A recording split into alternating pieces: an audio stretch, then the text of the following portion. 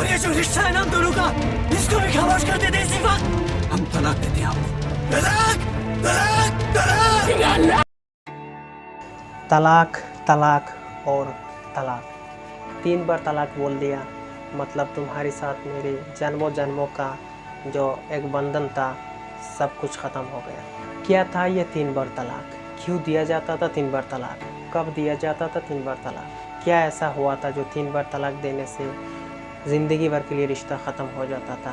कोई मेंटेनेंस नहीं दिया जाता था? क्यों नहीं दिया जाता था? ये सारा सवालों का जवाब आज हम बात करेंगे। जब राजीव गांधी का सरकार था, कांग्रेस सरकार था, तब क्या हुआ था ऐसा जो इंडियन लॉ को ही पूरा चेंज करके रख दिया था? सच जानने पर आपके पैरों तले ज़मीन खिसक जाएगी। ऐसा एक केस है जो इतना फेमस केस है जो आप लोगों ने काफ़ी बार सुना ही होगा, जो मोहम्मद अहमद ख़ान और शाहबानोज़ का केस है ये। नमस्कार, मेरा नाम राहुल और आप लोग देख रहे हैं मेरा YouTube channel the legal case law. आज हम इस केस के बारे में डिस्कस करेंगे।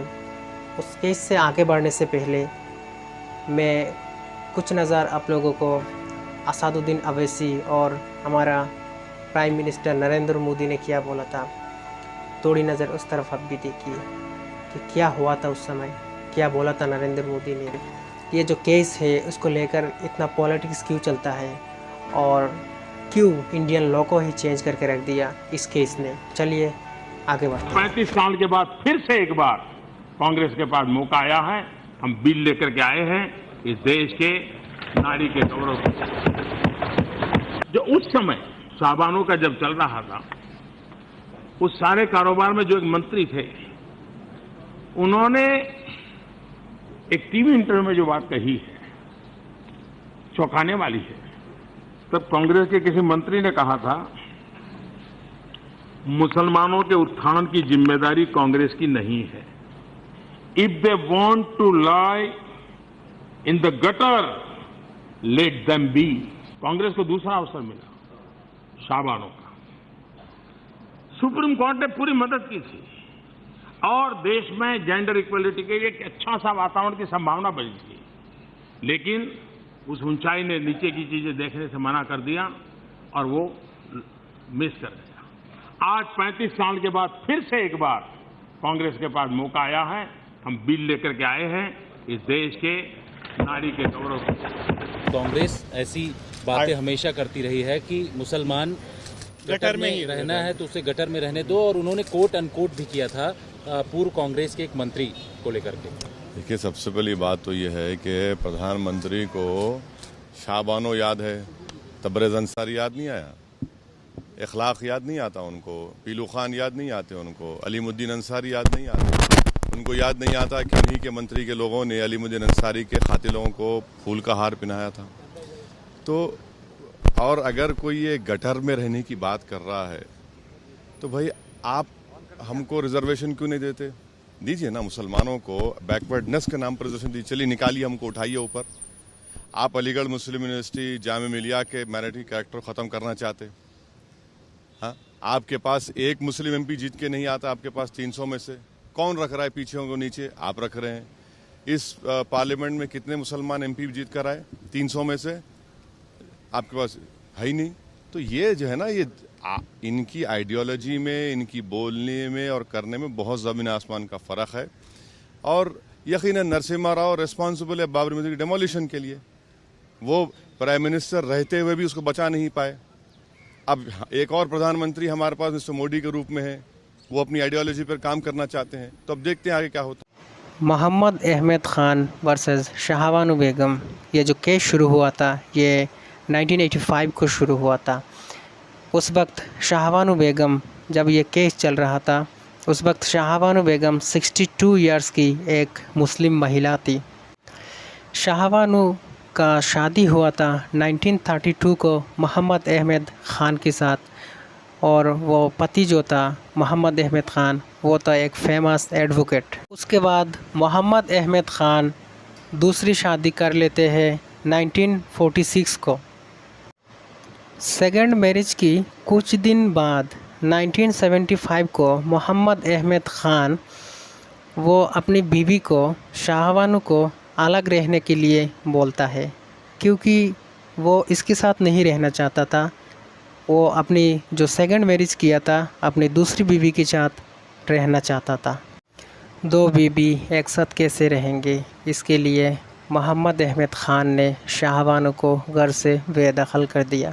जब उसने घर से निकाल दिया था शाहबानो को, तब उसका 3 लड़का था और 2 लड़की थी।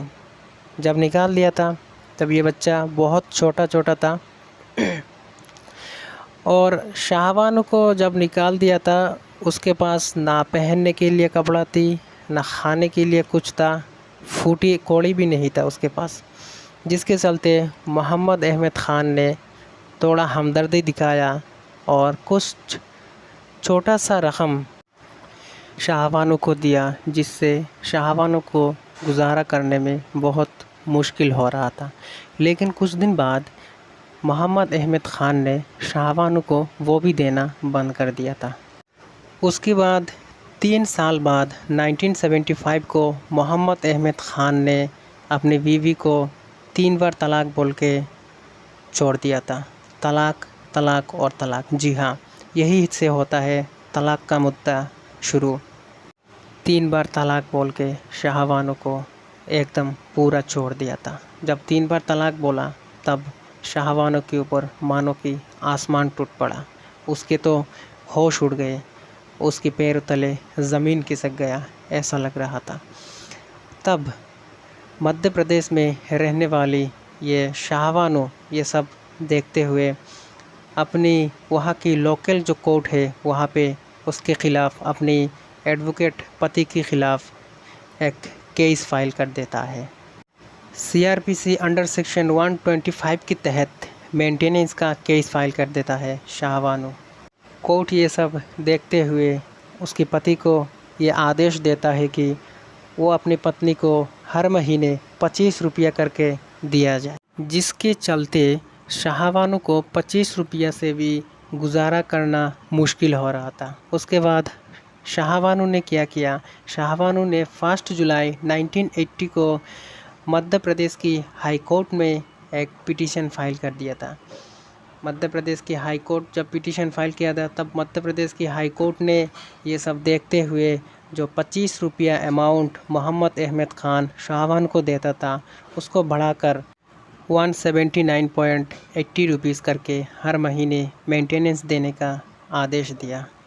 उसके बाद मोहम्मद अहमद ख़ान को आया गुस्सा। हाई कोर्ट के इस फैसले को नहीं मानते हुए मोहम्मद अहमद ख़ान ने क्या किया, मोहम्मद अहमद ख़ान ने एक अपील पिटीशन फाइल कर दिया सुप्रीम कोर्ट में। उनका कहना यह था कि all India Muslim personal law के अनुसार एक पति को एक पत्नी को 3 महीने 10 दिन मेंटेनेंस दिया जाता है।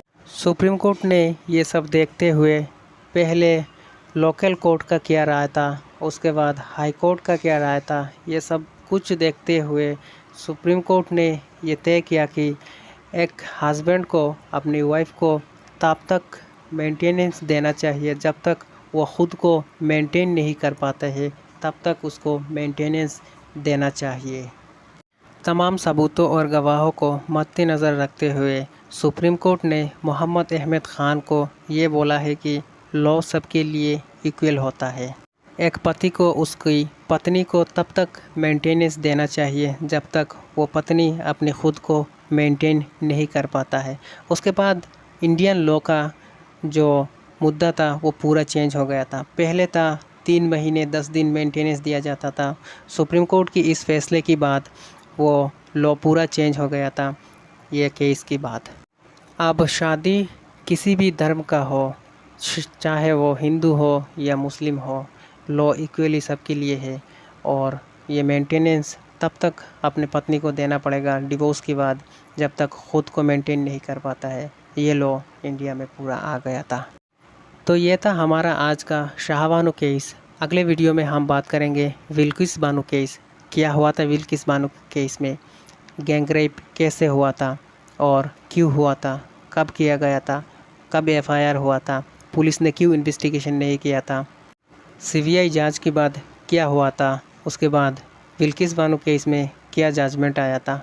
अगले वीडियो में हम इसी को ही कवर करेंगे। हमारा वीडियो सबसे पहले देखने के लिए हमारे चैनल को सब्सक्राइब करके रखिए। So thank you for watching.